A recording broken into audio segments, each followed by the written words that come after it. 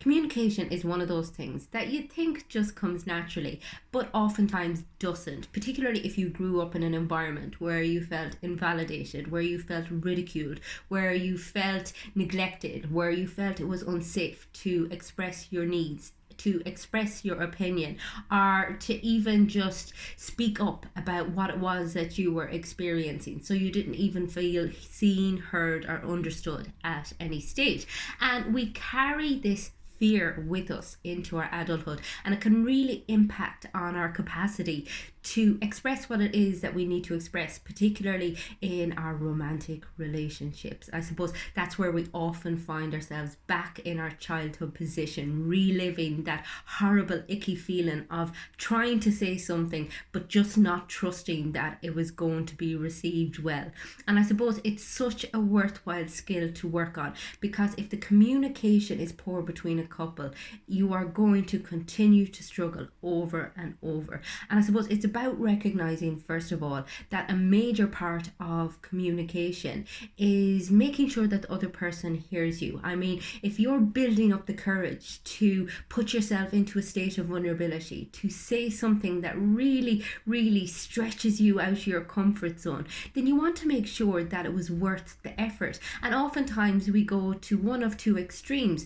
We're either aggressive about it, and we don't even listen to the other person's response or give them the space to respond, or we're so focused on babbling all the words out of us from nerves that we don't even check in with the other person. And I suppose the definition of good communication is that the other person should be able to reiterate back to you in pretty much your own words, or at least following the theme of what you were talking about and what you just said, so that you're in agreement, that they understand. And I suppose this is something that you can put into practice in your own relationship, particularly if you found that there has been a history where you try to make a point, you think that you've made it, and then your partner has clearly misunderstood because their behavior reflects differently. So it's about being like, okay, can you just say back to me what you heard or what you think I just said, just so I can be clear that we're both on the same wavelength. And it's not a condescending thing to do. It's just, if you explain that you're looking to improve the understanding and communication, then that's completely understandable. That's something that is so healthy, because ultimately if you improve the communication in a relationship, the entire dynamic of the relationship improves. Everything is so much clearer. People feel so much more at ease. Now, it's important as well to understand that communication is very dynamic. It's as much about listening to the other person as it is about making your point. And again, it's back to this whole thing of we can be so focused on getting ourselves heard that we don't make a space for the other person, that we don't give them the same, I suppose, attention that we expect in return. So we have to allow for other people to say what they need to say, even if it goes against what we actually want to hear. And that can be a really difficult one, believe you me, I know. It's kind of like, okay, well, I'm all ready to hear you, but only if it doesn't hurt me in any way, shape or form. And that can be really, really difficult, because that just means that a partner feels like they cannot communicate what it is that they need to say. So sometimes you need to be able to sit with a certain amount of discomfort, really tolerate what it is that the other person is saying without having to either withdraw completely, which I've been known to do, or to jump down their throats. It's about recognizing as well, and I always love utilizing the Buddhist concept of the middle way. It's about recognizing that there is a middle ground between, being honest and being kind. I mean, sometimes, yes, it's a fantastic thing to be honest, but sometimes we have to kind of sugarcoat things a little bit. And that's not lying. That's just not purposely going out to hurt other people unnecessarily. So it's about being able to use your own judgment and ask yourself, okay, how would I like to be on the receiving end here of what I'm about to say? Would it be a criticism, or would it be something beneficial, helpful and kind?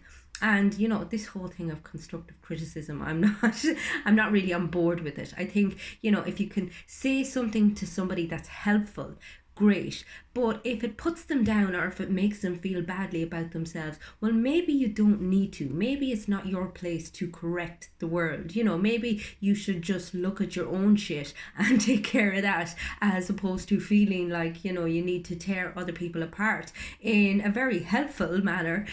So, just be very wary about what your objective is when you say what you say. Is it about feeling superior? Is it about putting somebody else in their place? Is it about making them feel bad? Or is it about clearing the air? Is it about, creating a deeper connection? Is it about being kind? Is it about, making the other person understand that although you're saying something that isn't exactly great, you love them, and you just want to help them, and you want to help your relationship.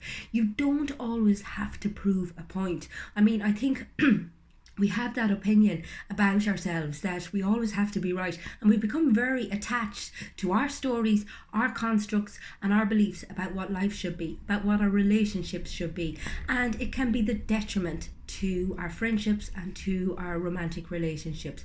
So just always have an air of humility about it.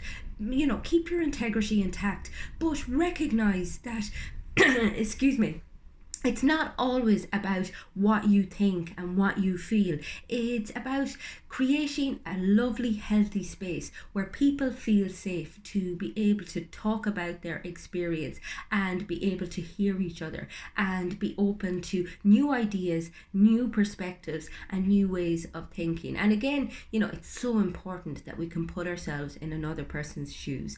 I try to do it as frequently as possible, both from a client perspective and in a personal perspective, because it just takes you out of your self-centered egoic mindset and helps you stay more open-minded and more open-hearted in your engagements and in your conversations and your communications. If you would like to work on your communication skills, or if you feel unheard, if you feel unrecognized in any of your relationships, or indeed if you felt that in your childhood you felt unrecognized at some stage and it is impacting on your capacity to engage in your adult relationships, then get in touch with me on my website. It's fundamentals.ie.